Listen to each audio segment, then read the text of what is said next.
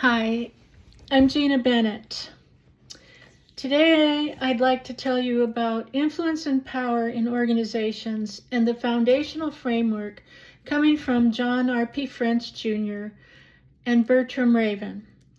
They identified these 6 bases of power: legitimate, reward, coercive, expert, reverent, and informational. In my experience working in the kitchen at Chaudère Children's Hospital, I observed all 6 of these operating, sometimes in alignment, but most of the time in conflict, I think, due to individual power and personality. Legitimate power was held by leadership, primarily the chef and the cooks, who were responsible for setting expectations and directing workflow.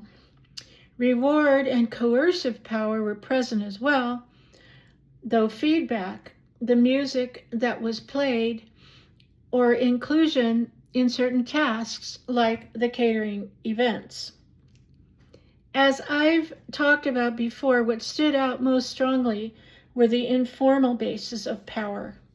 Expert power showed up in the chef, who was also my supervisor, and the experienced cooks who knew processes, and when direction was clear, like chopping vegetables in relative silence, the work flowed efficiently. In those moments, expertise created clarity and improved performance. Reverent power also played a role. Certain individuals influenced the tone of the environment, not through authority, but through personality and social dynamics, playing loud acid rock music on the weekends and evenings during cleanup, or metal, and talking trash when the supervisor was gone.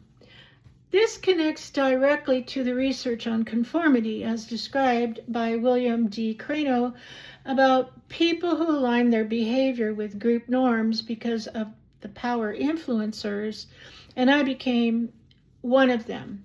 Not an influencer, but someone who tried to fit into the group. I noticed that when the group engaged in off-task conversation, there was pressure to participate, to not appear square or out of sync when talking about sex, drug, and alcohol. I experienced discomfort when it was personal and directed toward me.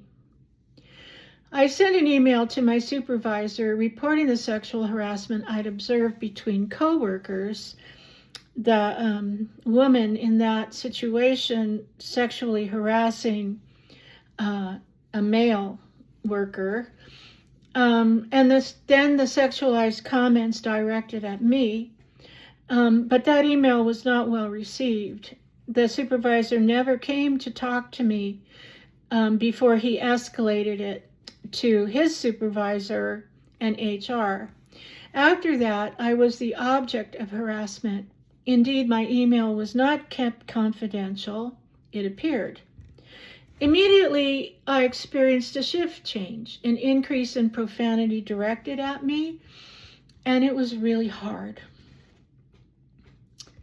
When things went missing off my service cart, I went to HR because this now affected my ability to do my work. Exactly 1 month after I reported the sexual harassment, I was abruptly terminated while I was sick at home with influenza. They said for unplanned absences. What I did not think about until this course was how much I had conformed. Tolerating the abusive and nasty comments delivered with foul language for almost 9 months of employment there. I never use foul language myself, but I found myself using it on the phone after work with friends who don't work there when I'd call to complain about how difficult my situation was becoming. Vanessa K. Balmes and Francis J. Flynn described in their research on social influence, I call it social currency, that which will buy you acceptance in a group. Balmes and Flynn talked about how often we underestimate how others affect our behavior. The presence of others, even without explicit direction, can significantly shape how we perform and interact.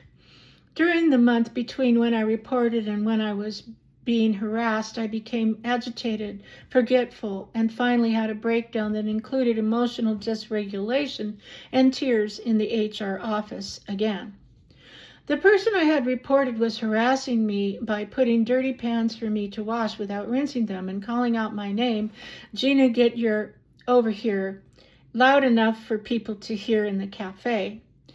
She was well liked, so it seemed, and I was disbelieved. This person can be likened to the research by Peter K. Jonassen that highlights how certain personality traits influence interpersonal dynamics, including attention-seeking or dominance behaviors. In a group setting like a hospital kitchen, these traits can amplify reverent power, shaping norms that others may feel compelled to follow. What I observed at Chaudhary was not just individual behavior, but a broader structure operating on two levels. Formally, leadership held a legitimate authority in the kitchen, but informally, power was distributed through personalities and the social currency of those who fit in, with the profanity, coarse joking, super loud music, and sexualized comments. The supervisor, in my opinion, gave tacit approval to these things by also using profanity when he was angry, laughing at the jokes, and playing music by Kay, a song called "Cigarettes After Sex." I liked that song, but taken with all the other stuff, it seemed inappropriate to me to be played in a children's psychiatric hospital setting, where some children may be admitted due to human trafficking and other forms of neglect and abuse. Besides, we were told at new employee orientation, profanity was not allowed among staff on duty. And the sexual harassment policies and the other types of harassment policies were listed in the employee handbook as not being acceptable. After all, it is the law. To say the least, this created moments of norm ambiguity, where it was not only unclear whether to follow former expectations or group behavior. From where I stood, the harassment accelerated to include what I perceived as gaslighting, creating a lot of cognitive dissonance in me. I kept asking myself, how could this be? Why is this okay here? This hospital is supposed to be a sanctuary. So what this experience demonstrated to me is that power in organizations is not just about hierarchy. It's about relationships, perception, and personalities. When leadership is inconsistent, the problem is compounded. French and Raven's framework helps us name those dynamics, but lived experience shows us how they actually play out, and how I felt, and how the person felt who was the recipient of the worst of the sexual harassment. I regret the amount of conformity I felt pressured to fit in. It left me hollow and scapegoated, I thought. I was the problem, they said. Without saying it, my termination letter stated the reason for my termination was unplanned absences. Thank you for listening. I look forward to your comments.